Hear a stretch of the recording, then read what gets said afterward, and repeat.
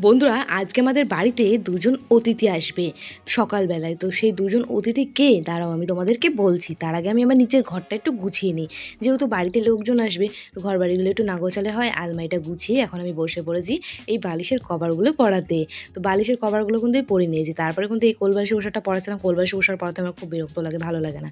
তো যাই হোক, বালিশের ওষাগুলো পরানো হয়ে গেছে। এখন আমি বিছানাটাকে খুব সুন্দর করে ঝেড়ে ফ্রিজের ওপরটা আমি সুন্দর করে মুছেও নিয়েছি। তো রাতে খাওয়া-দাওয়া করেছিলাম। এই ঘরে ২-১টা বাসনপত্র ছিল, যেহেতু বৃষ্টি হচ্ছে ওই ঘরে যেতে পারছি না।